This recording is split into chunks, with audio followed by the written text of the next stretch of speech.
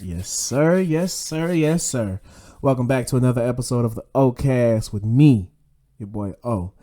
In this episode right here, that's right, I'm going to face the music. I'm going to quit running and hiding. And I'm finally answering to y'all about my Charlo pick. So let's just go and get into it, because prepping for this video and watching the last episode of the All Access for the fight, the epilogue or what have you, I've been re-angered or re-pissed off as if the fight just happened again. Like what do y'all do when you're an actual fan of a fighter? Like, you're a fan and they go out there and perform half-ass. Like, what do? Are you still gonna rock with them? Or you gonna be like, nah, bro, I can't rock with you because you went out there half-ass. Like, this was your moment. Because that's literally the dilemma that I'm in right now. Because I am a Lions only fan. I like both Charlo twins, both of them. Like I said in the video previewing the fight, I love their demeanor. I love their attitude. I love their approach to the fight game.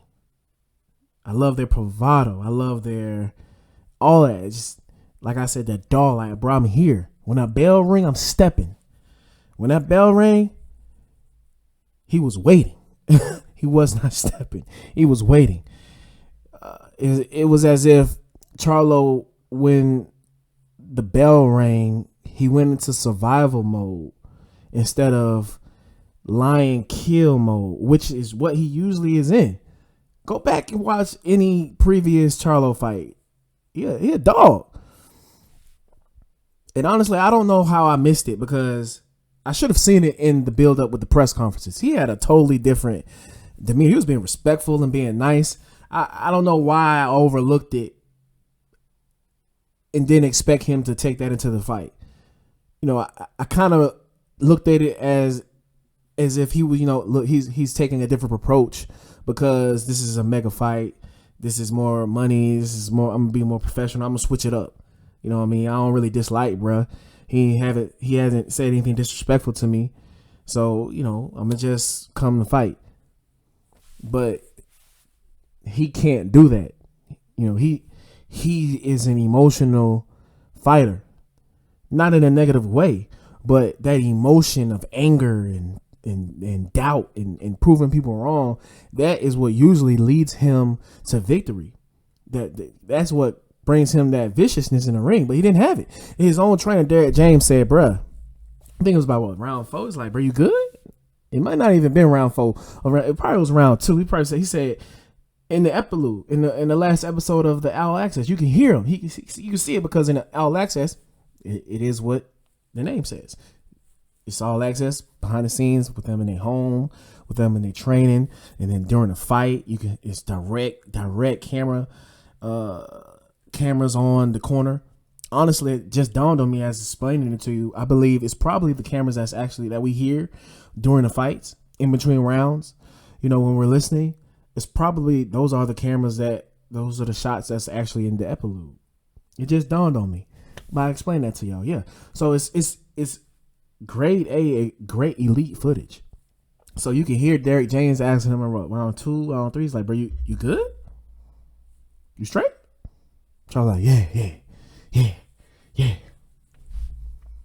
He said, Derek James was like, all right, well then if you good, bro, you just can't be sitting back waiting for him to punch you, bro. You gotta go be aggressive. Like, when he throw that blah blah, do the blah blah, bro. We worked on this, bro. Let's go.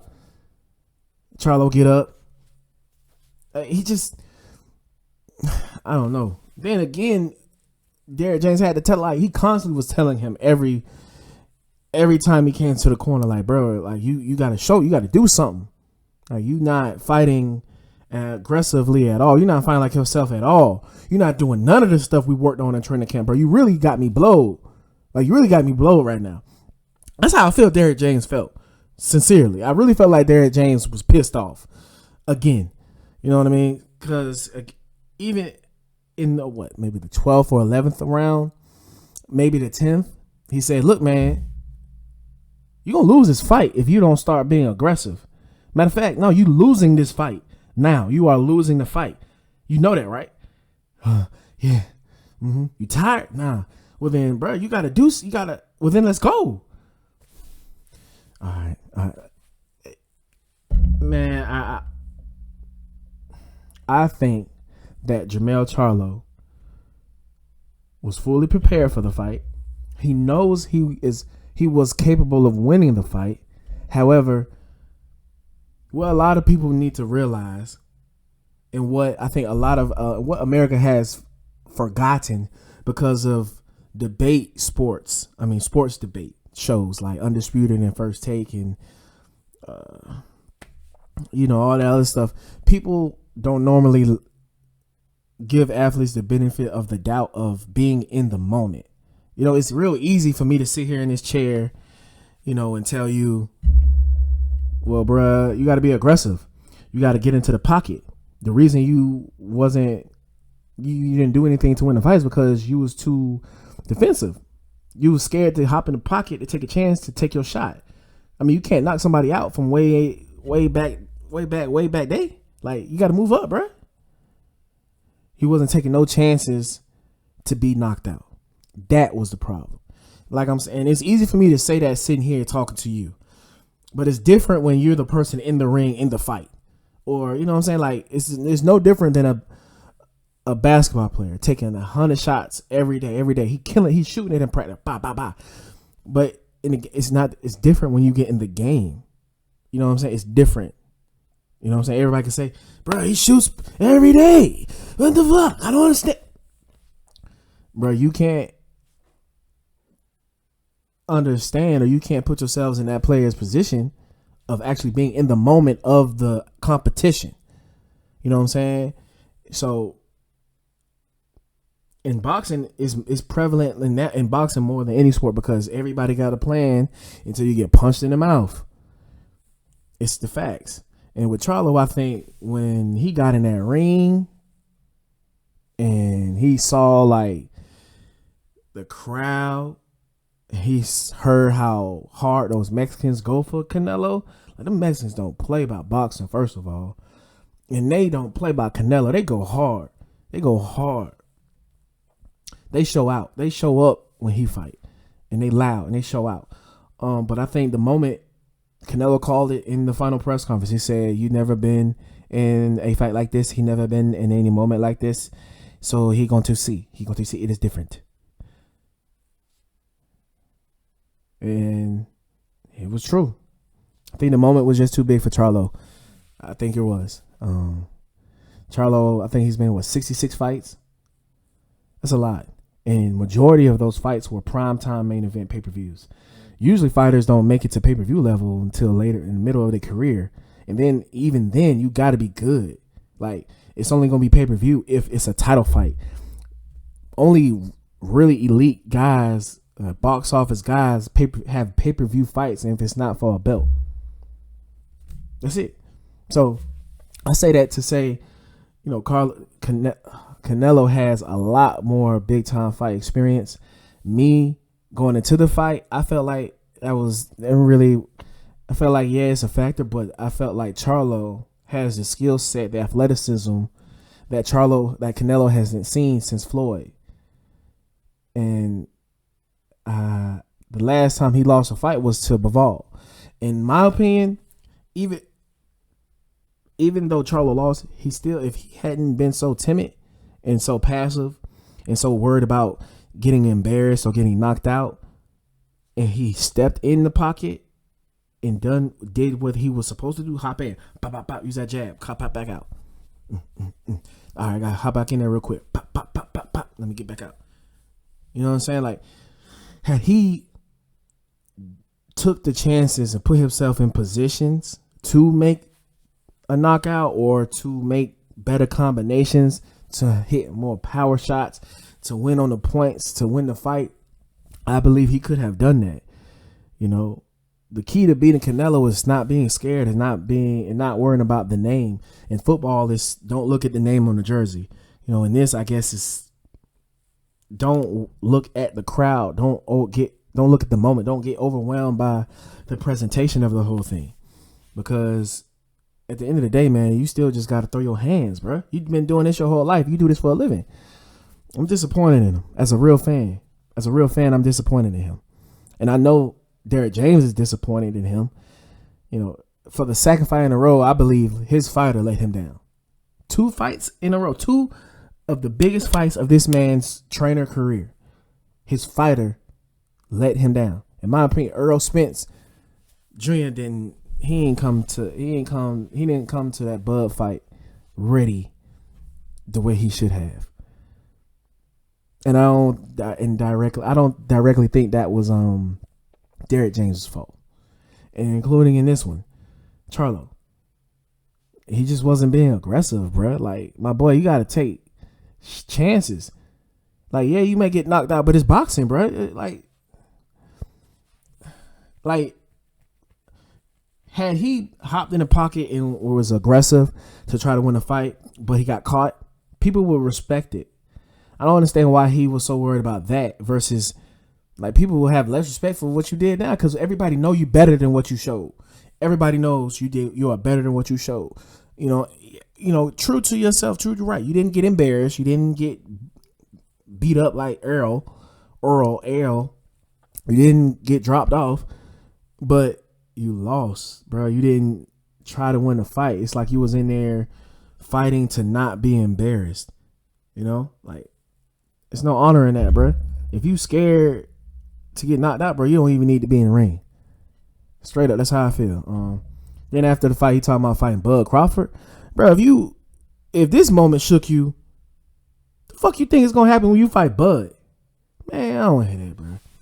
That's the part that kind of pissed me off the most as a fan. Like, bro, you just gave that half-ass effort in the ring, and now you talking about fighting Bud?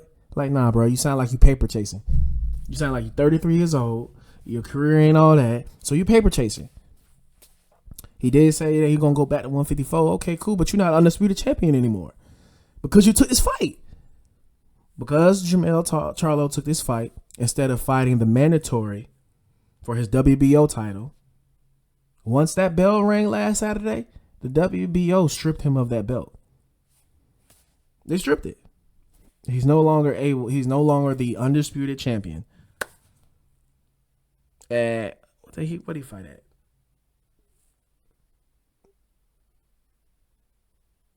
Dream middleweight?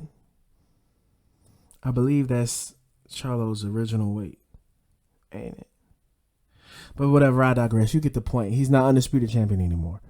And that's unfortunate. It's the politics of boxing. The politics that get in the way. But hey, I understand though. You got all those 4 belts. Those are all 4 different organizations that have their different rankings, their different fighters that are number 1 contenders and what have you. But so I get it. If you want to be a multi-champ with all those belts, then you got to honor all those obligations of each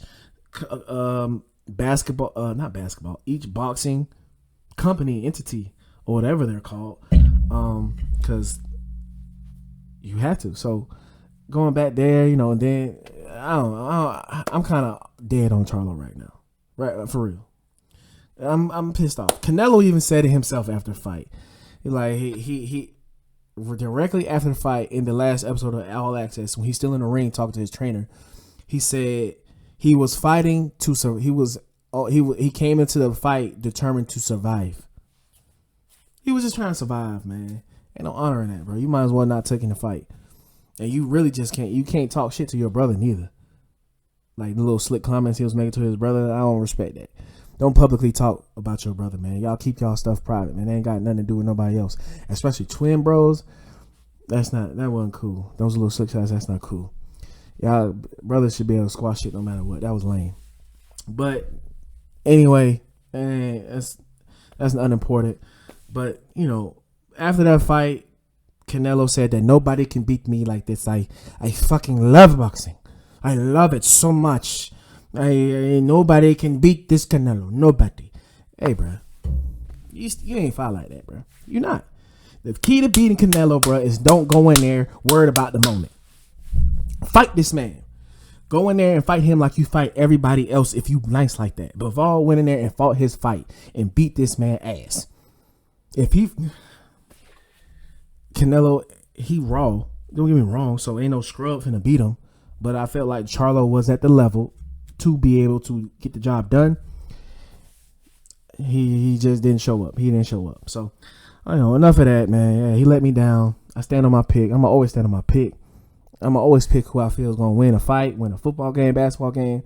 I'm never going to go with what everybody else going with. If I'm going to do that, then I don't deserve a podcast, and you shouldn't be listening to me. That's a fact. So, now, let's go on to,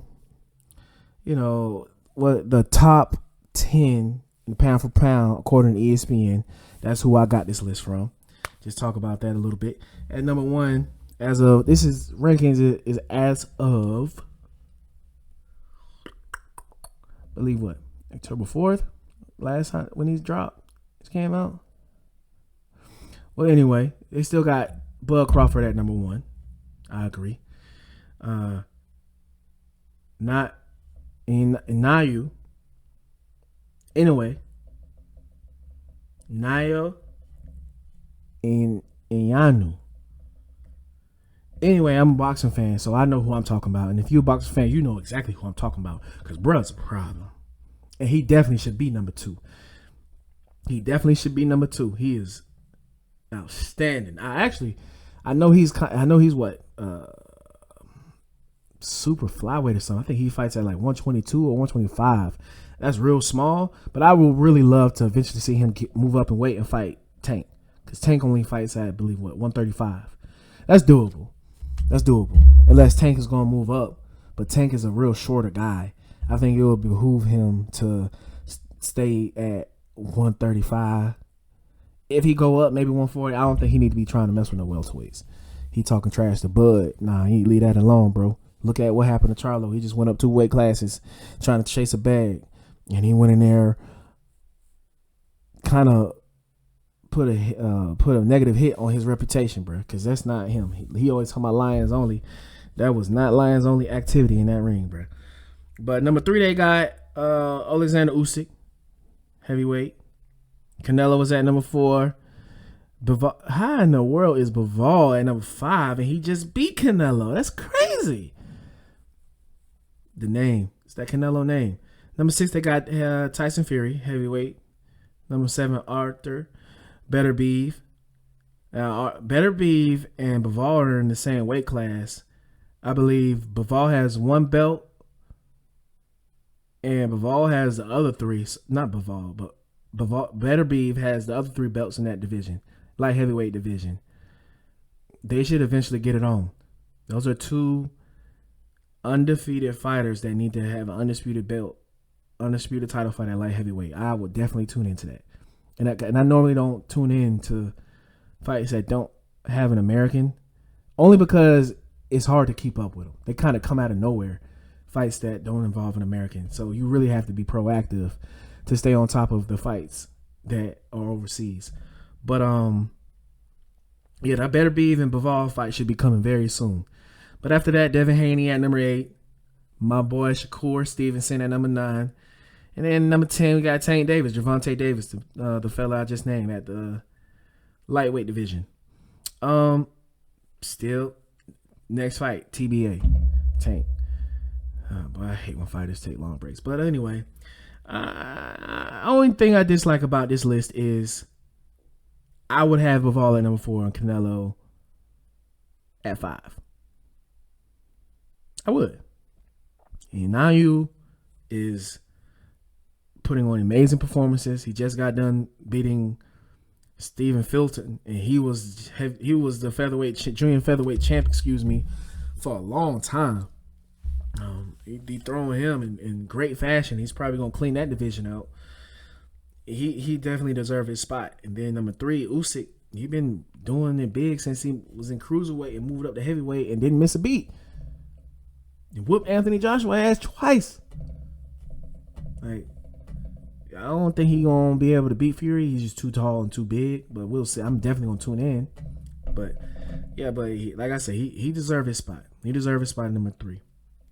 I know you may say, well, he doesn't have as popular name as Canelo, but I'm not.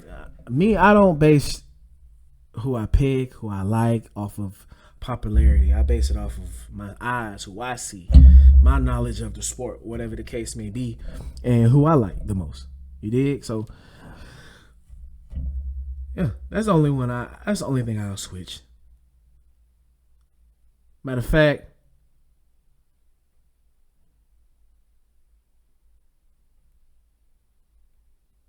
nah, I can't put Fury. I was about to say I'll put Fury. I'll swap Fury and Usyk, but Usyk, in my opinion, be more active than Fury. Fury be taking them long breaks. He really do. He really does. He got, and speaking of that, Fury and Usyk, about maybe swapping them out, but nah, that's fine with that. I'm cool with that list. What do you think about it? What's your thoughts on that? You know, like I said, ESPN pound for pound list number 1, Bud Crawford. Number 2, Naya Inayu. Number 3, Alexander Usyk. Number 4, Canelo Alvarez. Number 5, Dimitri Bivol. 6, Tyson Fury. Number 7, Artur Beterbiev. Number 8, Devin Haney. Number 9, Shakur Stevenson. Number 10, Gervonta Davis. That is the pound for pound top 10 according to ESPN. Let me know what you think about that in the comments. Me, the only one I disagree with is Canelo at 4. He should be at 5 because he lost to the gentleman that's right underneath him. He's simply getting the benefit of the doubt because he is the biggest star in boxing, without question. But back to Fury. I'll close it out with I'm looking forward to the Fury and Francis Ngannou fight. I love Ngannou. I think I love his story. I think he's a great man. Excellent fighter. I know that boxing is really what he wanted to do when he came to the States. It was just not working out as far as him getting into it or moving into it or whatnot. UFC, just was the opportunity that was presented to him when he was in need of an opportunity, and he took it and ran with it. And kudos to him for doing that, because you never know what your journey may be. Your eyes could be super focused on the destination to where you're trying to get to, but there's all type of different ways for you to get there. And if you're not open-minded, you could miss your opportunity to get to your destination because you're too fixed on, I got to get there this way. This way may not be your route, man. You might have to whoop, whoop, boop, boop. It is what it is. But, yeah, that's not for a title fight. It's really just a fight for money. But I'm definitely going to tune in to heavyweights. Anytime there's some heavyweights, I'm a heavyweight. I'm a big dog. I've been a heavyweight since I was a junior in high school. Always been a big dog. So I'm going to always watch the big dogs all the time. All the time. Anytime I can, check them out. So, but after that, Fury and Usyk, they have finally agreed on a fight for the undisputed heavyweight title of the world. Ooh-wee. They both agreed to rematch clauses. I believe that's what that means. So either one lose, they gon', hey, bro, we gonna run that back right away. However, it's a catch. Politics of boxing. Same thing that I just mentioned with Charlo is going to happen again here in this situation. If the winner of the fight, because technically it's not going to happen now with Charlo, it happened as soon as that bell rang and he started fighting Charlo, he was stripped of that belt, of that WBO title, because he was supposed to fight the mandatory before Canelo. With this situation here, the winner of this fight will be the undisputed champ, which means they will hold the IBF heavyweight title. The IBF organization already has a mandatory in place directly after this fight. So the winner of this fight has to fight the mandatory contender for IBF. I don't know how to pronounce the gentleman's name, and I am not going to butcher it because it is I'm not going to do that. I ain't going to do that to bro. But yeah, because right after those two fight, eventually the plan is to fight December 23rd, but it's kind of tentative due to the fact that Fury is fighting Ngannou on the 28th of this month. But if everything goes well, he doesn't get damaged too bad, he can, he whoops his ass and get out of there real quick and take the bag, then they should probably definitely fight December 23rd or around Christmas or maybe New Year's or whatnot. But if after that fight, if they do a rematch, it's not going to be for the undisputed title. So that's kind of sticky situation. In my opinion, I think that those organizations should be working together. They shouldn't be doing stuff like that. I think that it's pretty selfish thinking. Because when your title is a part of is on an undisputed champ, my opinion, that brings more attention to your belt. You know, that's a big deal. But on the contrary, they must feel like, no, it's about ours only. So I'm gonna make it so we could take it from you, because I don't like that when you're undisputed, you're gonna be fighting the WBO's mandatory or the other companies aren't. But you need to fight our contender, bro. It's all boxing, man. It's, you know what I'm saying. That's why it's the four different belts in each class, and then they got interim champ and regular champ and all that, bro. It's too much of that. They really need to break it to go ahead, strip it down to one belt per division, for real. That's my opinion. I mean, I don't know what y'all feel like. You know, these 4 belts. I understand because there's so many fighters that just one belt per division. It will be hard to recognize different great fighters. It will be more great fighters ending up having lesser valued careers, to say, because they didn't necessarily get a belt. You know what I mean? It will almost be like all those great players that played in the 90s who don't got a ring because of Jordan. Like, they still was elite great players. They ain't got no ring. It was another bad boy. And if they break it down to just one belt per division, it's a good chance that it may be just one badass in each division killing everybody until he retire. And, you know, but if they can't work together and stop doing stuff like this, like stripping people of titles, naming interim champs and regular champs and ghost champs and Casper, like all kind of different type of champs, like it's too much. They need to dumb it down and just really work together. But hey, it's out of my hands. I'm just a fan like you. Like I was disappointed in that fight. Hey, my boy lost. I would have respected it more if he would have went in there, tried to knock his ass out, but he got caught. But the fact that he ain't even pulled the trigger, man, I can't rock with that, Charlo. I can't, my boy. I can't, man. You can't, bro. You gotta let your hands go, bro. You gotta let them hands go. But it is what it is. Let's see what happens next with him. If he fights Bud, he gonna lose that. Right? Yeah. It's not looking good. It's not looking good. I probably might have to. I might have to exit off the lines only. Then I might have to. But anyway, that's another episode of the OCast, recapping that fight from last week. Tell me what y'all thought about it. Tell me what you feel about the ESPN top 10 pound for pound list. And tell me what you think about those belts. Yeah. How you feel about the 4-belt system? How you feel about guys getting stripped and all that different type of nonsense that's going on in boxing? Let me know in the comments, man. Also, hit that like button. And don't forget to subscribe and hit the bell, man, so you know every time I drop some content. So you already know I'm coming with it. This has been another episode with me, your boy O. Out.